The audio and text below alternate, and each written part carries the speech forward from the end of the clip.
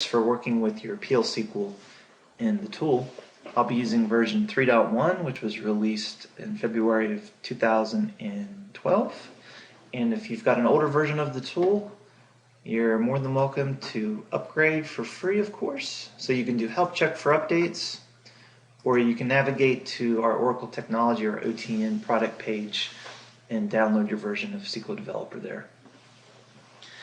So SQL Developer has two editors. Everyone's probably familiar with the worksheet. It's where you can do, interesting things like this.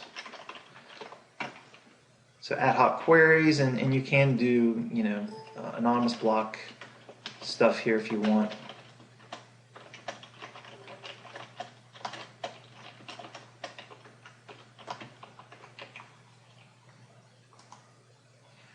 What I'm more interested in showing is the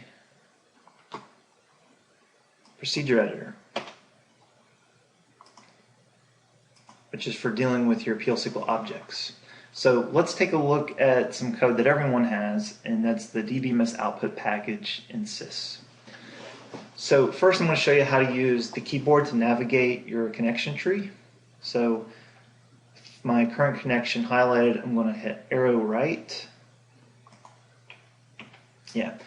Activate and then arrow right, and then I'm going to hit O, which will navigate me to other users, and then right arrow to bring me down, and then I'm going to hit S, keep hitting S until I get to sys, and then right arrow, and I'm going to hit P for packages, right arrow, and now I'm just going to actually type dbms output. So that takes me to the package. So some people find that a little tiring, and I'm not really a keyboard person. Sometimes I'm more of a mouse person. So you do have an option in SQL Developer. If you right click on your connection, you can ask for a schema browser, and this gives you a different way of navigating your database objects. So you have a schema drop-down selector and then an object type selector, and then you can also key into these objects. And of course, you can also employ filters to only show you what you want to see.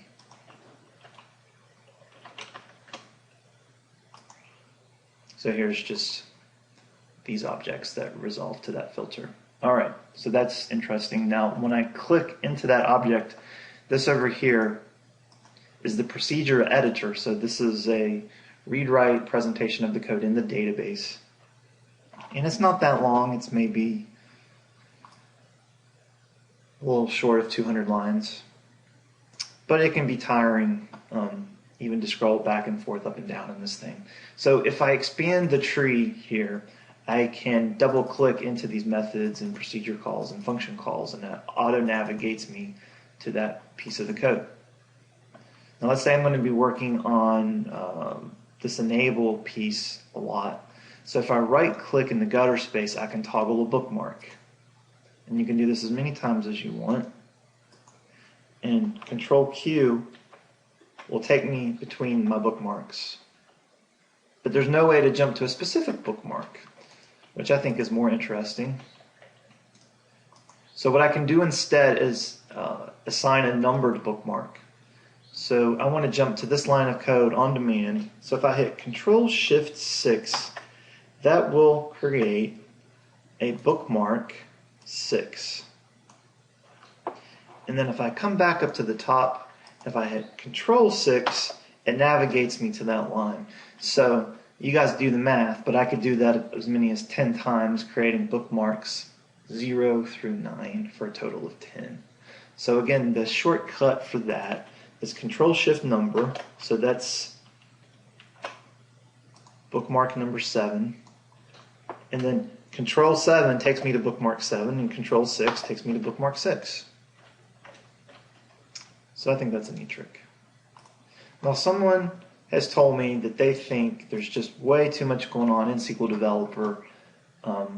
There's too many windows and panels, and you've got your logs and your dbms output, and I can see where they're coming from.